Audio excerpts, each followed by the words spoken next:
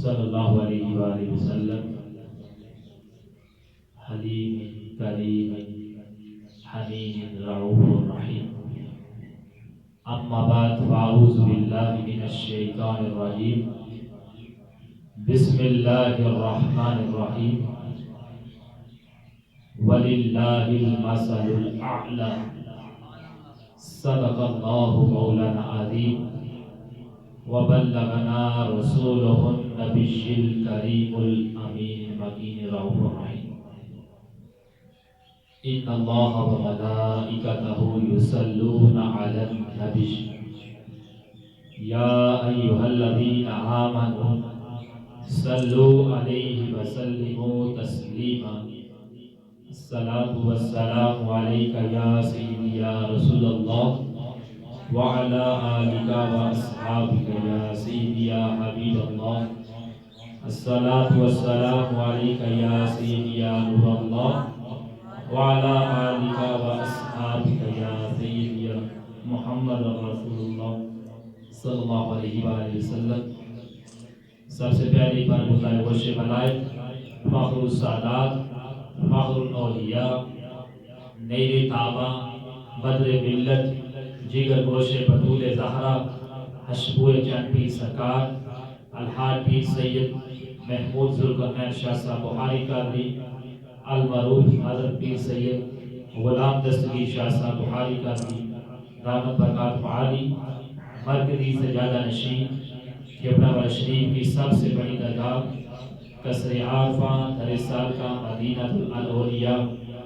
بابا جی ٹوپی والی سرکار رحمت اللہ تعالی علیہ، بابا جی محمود شاہ سرکار رحمت اللہ تعالی علیہ، بابا جی اکبر شاہ سرکار رحمت اللہ تعالی علیہ اور سید المتقین چند پیر سرکار رحمت اللہ تعالی علیہ، واجب الاحترام بزرگوں، پیارے بچوں، اللہ تعالیٰ کا لاکھ لاکھ شکر کہ اللہ تبارک و تعالیٰ نے آج ہم سب کو جمعۃ المبارک میں اکٹھے ہو کر مجھے آپ کو پیاری باتیں سنانے اور آپ کو سننے کی توفیق عطا فرمائی۔ اللہ یا اللہ تبارک و تعالی ہمارا یہاں اپنی بارگاہ میں قبول فرمائے، آمین۔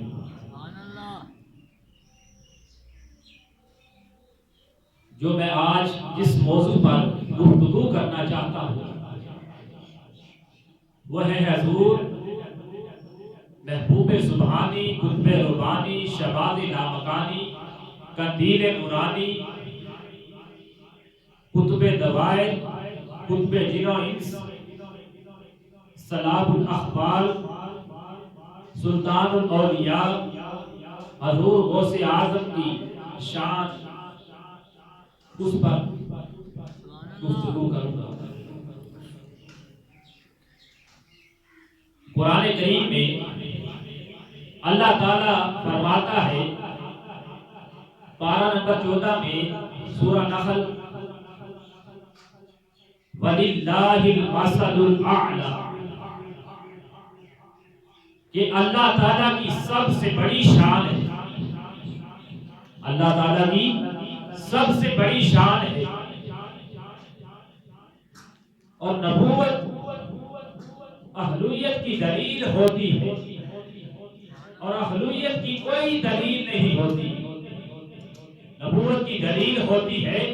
اور اہلیت کی کوئی دلیل نہیں ہوتی۔ نبوت کو سبھی نے دیکھا ہوتا ہے مگر اہلیت کو کسی نے نہیں دیکھا ہوتا۔ اسی طرح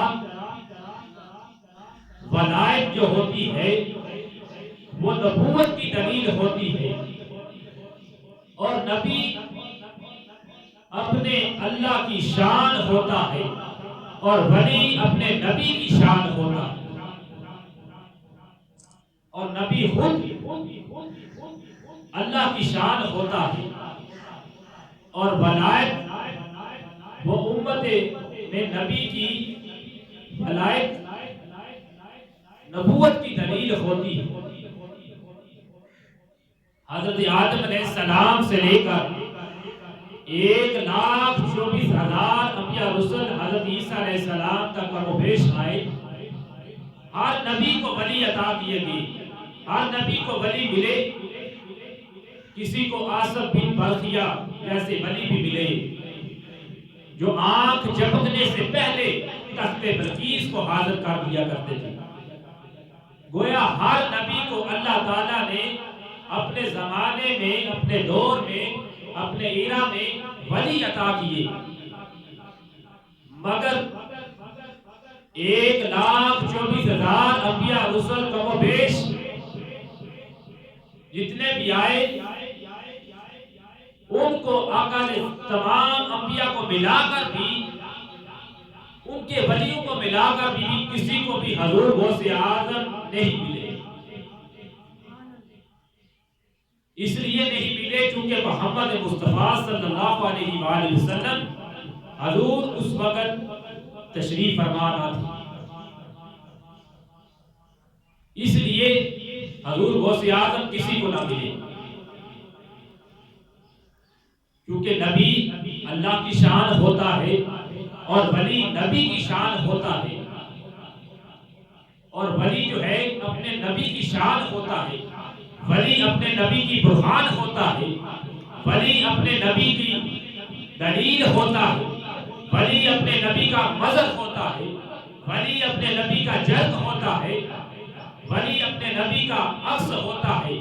ولی اپنے نبی کا آئینہ دار ہوتا ہے۔ کیونکہ نبوت آقا علیہ الصلوۃ والسلام کے بعد نبوت کا کمال نقطہ اور وجود نبوت کا ارتقا مقام محمد مصطفیٰ صلی اللہ علیہ وآلہ وسلم سے آگے حرکت نہیں کر سکتا۔ اسی طرح ولایت کا ارتقا، ولایت کا نقطہ کمال کا وجود حضور غوث اعظم رضی اللہ تعالیٰ عنہ سے بھی آگے حرکت نہیں کر سکتا، چونکہ حضور علیہ الصلوۃ والسلام کو اللہ تعالیٰ نے سب انبیاء کرام کے لیے سلطان الانبیاء بنا کر بھیجا ہے، اسی طرح حضور غوث اعظم کو بھی سب اولیاء کرام کا سلطان الاولیاء بنا کر بھیجا ہے۔ اسی لیے اللہ تبارک و تعالیٰ نے قرآن کریم میں فرمایا وَلِلَّهِ الْمَثَلُ الْأَعْلَى۔ اگر اس کا ترجمہ کریں تو ترجمہ اس طرح ہے کہ اللہ تعالیٰ کی بڑی شان ہے۔ اب اس سے مراد کیا ہے؟ اللہ کی سب سے بڑی شان ہے، اس سے مراد یہ ہے کہ حضور علیہ الصلوۃ والسلام اللہ کی سب سے بڑی شان ہے، حضور اللہ کی سب سے بڑی شان ہے، کیونکہ کائنات میں حضور جیسا اللہ تعالیٰ نے کوئی پیدا نہیں کیا۔ جتنے انبیاء کرام آئے 1,24,000 تک، سب میں حضور علیہ الصلوۃ والسلام جو ہے ان جیسا کوئی نہیں، اس لیے اللہ کی شان جو ہے وہ حضور علیہ الصلوۃ والسلام ہے تو سارے نبی اللہ کی شان، مگر اللہ کی سب سے بڑی شان وہ شان ہے حضور علیہ الصلوۃ والسلام، وہ نام ہے حضور کا، اور حضور اللہ تبارک و تعالیٰ کی ذکر کا عنوان محمد ہے صلی اللہ علیہ وآلہ وسلم، اللہ کی عظمت کا عنوان محمد ہے، اللہ کی قدرت کا عنوان محمد ہے، اللہ کی کبریائی کا عنوان محمد ہے، اور اللہ تعالیٰ کی اطاعت کا عنوان محمد ہے، اللہ کی محبت کا عنوان محمد ہے، اللہ کے ذکر کا عنوان محمد ہے۔ تو اللہ تبارک و تعالیٰ کی سب سے بڑی شان حضور علیہ الصلوۃ والسلام۔ قرآن کریم میں اللہ تبارک و تعالیٰ فرماتا ہے الا بذکر اللہ تطمئن القلوب، کہ اللہ کے ذکر سے دلوں کو اطمینان پہنچتا، اللہ کے ذکر سے دلوں کو اطمینان ہوتا۔ آپ اس روایت کو امام سمرقندی روایت کرتے ہیں، اور عیاض نے بھی اس کو نقل کیا ہے، قاضی عیاض نے اس کو نقل کیا ہے، اور مشہور تابعی حضرت عبداللہ ابن عباس رضی اللہ تعالیٰ عنہ نے بھی اس کو روایت کیا ہے۔ جب ان سے پوچھا گیا کہ الا بذکر اللہ تطمئن القلوب، کہ اللہ کا ذکر جو ہے دلوں کو اطمینان دیتا ہے۔ آخر وہ ذکر ہے کیا جو اللہ کا ذکر ہے اور دلوں کو چین دیتا ہے، دلوں پر سکون کا باعث ہے؟ فرمایا وہ ذکر، اس ذکر کا نام محمد ہے صلی اللہ علیہ وآلہ وسلم۔ وہ ذکر محمد مصطفیٰ صلی اللہ علیہ وآلہ وسلم کا ذکر ہے جو دلوں کو چین دیتا ہے، جو دلوں کو سکون دیتا ہے، جو دلوں کی راحت کا باعث ہے، وہ حضور کا ذکر ہے۔ اب پھر اللہ تبارک و تعالیٰ نے قرآن کریم میں فرمایا اہدنا الصراط المستقیم، کہ مانگو مجھ سے سیدھی راہ، مانگو مجھ سے سیدھی راہ مانگو، اہدنا الصراط المستقیم۔ اب مشہور تابعین پھر مفسر قرآن بھی ہیں، ترجمان القرآن بھی ہیں، اور اپنے وقت کے مفسر قرآن بھی ہیں۔ عظیم تابعی حضرت عبداللہ ابن عباس رضی اللہ تعالیٰ عنہ کے پاس یہی معاملہ پھر لایا گیا کہ حضور بتلائیے، اے عبداللہ ابن عباس بتلائیے کہ اہدنا الصراط المستقیم کا کیا مطلب ہے، کہ سیدھی راہ دکھا، مجھ سے مانگو سیدھی راہ۔ اب سیدھی راہ کیا ہے؟ انہوں نے فرمایا کہ سیدھی راہ محمد مصطفیٰ صلی اللہ علیہ وآلہ وسلم کا نام ہے، سیدھی راہ حضور کا نام ہے، سیدھی راہ حضور کا ذکر ہے، سیدھی راہ حضور کے نام نامی کا چرچا کرنا ہے، حضور کے نام نامی کو پھیلانا سیدھی راہ ہے، حضور کے اقوال پر، سنت مطہرہ پر عمل کرنا جو ہے وہ سیدھی راہ ہے۔ حضور کا ذکر کرنا، حضور سے محبت کرنا، حضور سے الفت رکھنا، حضور کی چاہت کرنا، حضور کا عشق دل میں رکھنا، یہ سیدھی راہ ہے۔ اہدنا الصراط المستقیم، تو سیدھی راہ محمد مصطفیٰ صلی اللہ علیہ وآلہ وسلم کا نام ہے۔ اب اس روایت کو امام ابو العالیہ نے بھی بیان کیا ہے، اور ابو العالیہ یہی حضرت ابن عباس کا یہ پیغام کہ اہدنا الصراط المستقیم سے مراد محمد مصطفیٰ صلی اللہ علیہ وآلہ وسلم کا ذکر ہے، حضور کی محبت ہے، انہوں نے یہ پیغام حضرت امام حسن بصری کو سنایا کہ حضرت عبداللہ ابن عباس نے اہدنا الصراط المستقیم کا معنی یہ کیا ہے کہ صراط مستقیم حضور کی ذات ہے۔ کیا یہ معنی درست ہے کہ نہیں؟ تو جب حضرت امام حسن بصری کو یہ حضرت امام ابو العالیہ نے بتایا، حضرت ابن عباس نے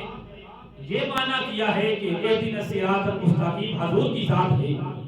تو خدا کی قسم حضرت امام حسن بصری تڑپ اٹھے اور کہا کہ اگر یہ معنی کیا ہے تو پھر درست کیا ہے کہ حضور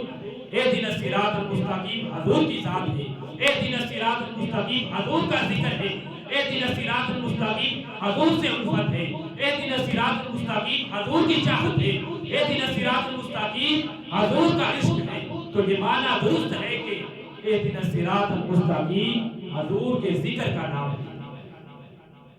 اسی طرح حضرات محترم قرآن کریم میں اللہ تعالیٰ نے فرما دیا وَاعْتَصِمُوا بِحَبْلِ اللَّهِ جَمِيعًا وَلَا تَفَرَّقُوا، کہ اللہ کی رسی کو مضبوطی کے ساتھ تھامے رکھو اور آپس میں فرقہ بازی نہ کرو، تفرقے نہ پڑھو، تفرقے میں نہ پڑھو، آپس میں بٹ نہ جاؤ، آپس میں ٹوٹ نہ پڑو، بلکہ اللہ کی رسی کو مضبوطی کے ساتھ تھامے رکھو۔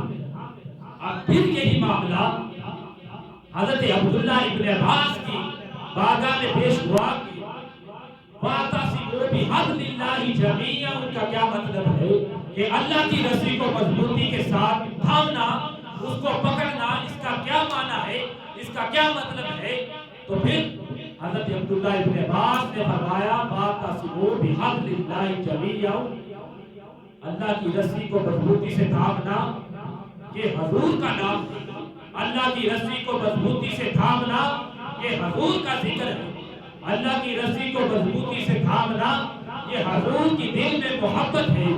اللہ کی رسی کو مضبوطی سے تھامنا یہ حضور سے الفت رکھنا ہے، اللہ کی رسی کو مضبوطی سے تھامنا یہ اپنے دل میں حضور کا عشق رکھنا ہے۔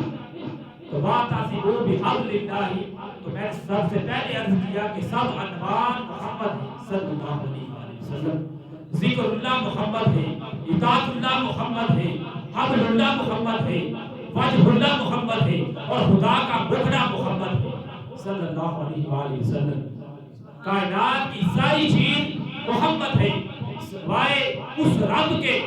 اس رب کو محمد نہ کہو اور اس محمد کو رب نہ کہو، باقی ساری کائنات کی چیز محمد ہے، محمد ہے، محمد ہے صلی اللہ علیہ وآلہ وسلم۔ دین محمد ہے، اسلام محمد ہے، اور جس سمت اشارہ کرے حضور کہ کعبے کی جانب کہ یہ کعبہ ہے، سب فرمائیں آقا یہ کعبہ ہے، اور جس قرآن کو ہاتھ لگائیں یہ فرمائیں یہ اللہ کی آخری کتاب ہے، یہ قرآن ہے، سارے کہیں کہ یہی قرآن ہے، اور جس سمت کو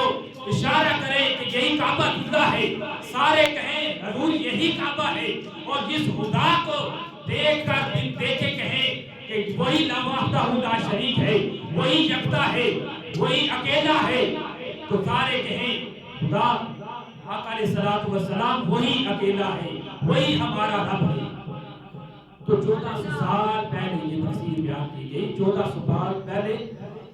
یہ حضور نے کہا کہ بن دیکھے کہو کہ خدا ایک ہے۔ تو کس کے کہنے پر ہم نے اللہ تبارک و تعالیٰ کو ایک مانا؟ محمد مصطفیٰ صلی اللہ علیہ وآلہ وسلم کے کہنے پر خدا کو یکتا وحدہ لا شریک مانی۔ اب حضور علیہ السلام نے فرمایا خدا ایک ہے، نہ اس خدا کو ہم نے کبھی دیکھا، اور وہ تو خدا کہتا ہے کہ یؤمنون بالغیب، مجھ پر غیب سے ایمان لاؤ اور بن دیکھے مجھے کہو۔ اگر ہم نے اللہ تبارک و تعالیٰ کو وحدہ لا شریک اور یکتا مانا ہے تو حضور علیہ السلام نے، محمد مصطفیٰ صلی اللہ علیہ وآلہ وسلم نے ہمیں بتلایا کہ اللہ وحدہ لا شریک ہے۔ اس رب نے تو ہمیں نہ سجایا ہے، نہ ہمیں بدلایا ہے، نہ سجائے نہ بدلائے، نہ اپنا آپ ظاہر کرے، تو پھر کس کے کہنے پر ہم نے خدا کو وحدہ لا شریک مانا؟ وہ محمد مصطفیٰ صلی اللہ علیہ وآلہ وسلم کے کہنے پر ہم نے حضور کے کہنے پر مانا۔ پہلے میں نے عرض کیا کہ نبی اللہ کی شان ہوتا ہے اور ولی نبی کی شان ہوتا ہے، اور کائنات نبوت میں حضور اللہ تعالیٰ کی شان ہے، اور کائنات ولایت میں حضور غوث اعظم، کائنات ولایت میں حضور غوث اعظم حضرت محمد مصطفیٰ صلی اللہ علیہ وآلہ وسلم حضور کی شان، کائنات ولایت میں حضور غوث اعظم آقا علیہ السلام کی سب سے بڑی شان ہے۔ اسی طرح چونکہ کائنات ولایت میں حضور غوث اعظم حضور کی سب سے بڑی شان ہے، اسی لیے اللہ تعالیٰ نے عالم ارواح میں جب انبیاء کرام کو جمع کیا تو حضور کی نبوت کا کائنات ولایت میں مظہر عظم حضور غوث اعظم کی ذات کو بنایا ہے۔ اللہ تبارک و تعالیٰ نے کائنات ولایت میں حضور علیہ السلام کی نبوت کا مظہر عظم حضور غوث اعظم کو بنایا ہے، اور اسی لیے جب جلسہ کیا انبیاء کرام کی جماعت تھی، وَإِذْ أَخَذَ اللَّهُ مِيثَاقَ النَّبِيِّينَ لَمَا آتَيْتُكُم مِّن كِتَابٍ وَحِكْمَةٍ ثُمَّ جَاءَكُمْ رَسُولٌ مُصَدِّقٌ لِّمَا مَعَكُمْ